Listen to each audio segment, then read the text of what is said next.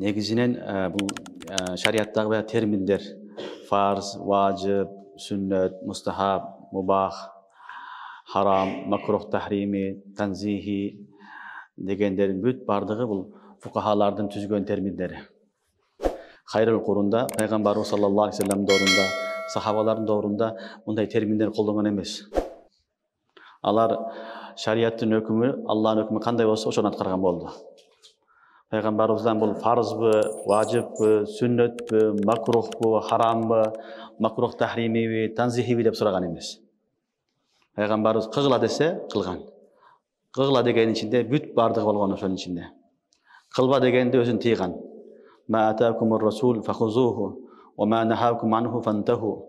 Пайгамбар кайсын алып кылгыла десе, алар аткарган, аны бөлгөн эмес. Бунусу фарз, бунусу важиб, бунусу мындай деп бөлгөн эмес. Буну кийин фукахалар, бир кылымдан кийин фукахалар баштаган. Фукахалар ошол адамдарга жеңил болуш үчүн өкүмдөрдүн таксим кылып бөлгөн. Өкүмдөрдү даражага коюп бөлгөн. Негизги бул бөлүү ахирет үчүн. Ахирет үчүн гана бул. Ал эми кыл деген өкүмдөрдүн бардыгын кылганга биз милдеттүүбүз. Кылба дегенди бардыгын таштаганга милдеттүүбүз. Бирок ахирет үчүн фукахалар адамдарга ушул өкүмдөрдүн даражасын түшүндүргөн. Мисалы, эң чоң сооп фарзга берилет. Ошон үчүн фарз деп айтылат. Эң чоң сооп фарзга берилет. Ошондой эле эң чоң күнөө дагы фарзга болот. Фарзы бир адам таштаган болсо, өтө чоң күнөөкөр. Өтө чоң күнөөкөр. Фарзын сообу да көп. Эгерде аткарбаган болсо, күнөөсү да чоң. Андан кийин важиб. Важиб фарздан кийинки деңгээлде. Фарздан азыраак сооп берилет ага.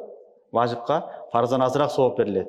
Эгер важиб таштаган болсо, күнөөкөр болот, ага дагы фарздай эмес, фарздан төмөндүрөөк деңгээлдеги ага азап берилет. Андан кийин сүннөт муаккада мисалы. Сүннөт муаккадага да сооп, фарздан, важибтан бир аз азыраак берилет, азыраак. Эгер аткарбаган болсо, күнөөкөр болот, чоң күнөөкөр болот. Анын күнөөсү фарздан, важибтан төмөндүрөөк болот. Төмөндүрөөк болот. Бирок күнөөкөр болуп эсептелет. Ошондой эле макрух тахрими харамдан азыраак. Бирок харамдан азыраак ага күнөө жазылат. Ошон үчүн пайгамбарыбыздын доорунда, хайрул Курунда, сахабалар, кибар табииндердин доорунда бул бөлүнгөн эмес.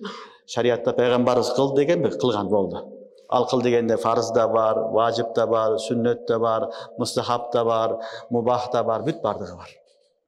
Расулуллах саллаллаху алейхи вассалам кылба дегенби, бүт бардыгын тийган.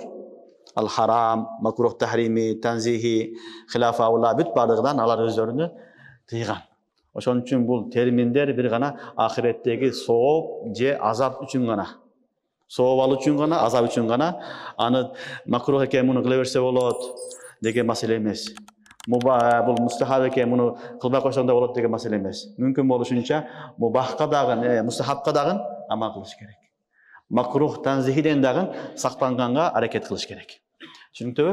Ошон үчүн бул муфсидат салаттан кийин биз макрухат саланы окуйбуз. Макрухатта ошол макрух дегени муну танзихини кыла берсе болот деген маселе эмес. Андан дагы сактаныш керек. Эгер макрух тахрими болсо, анда аны кылган адам күнөөкөр болот, чоң күнөөкөр болот. Бирок намаз бузулбайт. Намаз бузулбайт. Бирок макрух тахрими менен окулган намазды уламалар эхтиятан кайтарып окуп койсун дейт.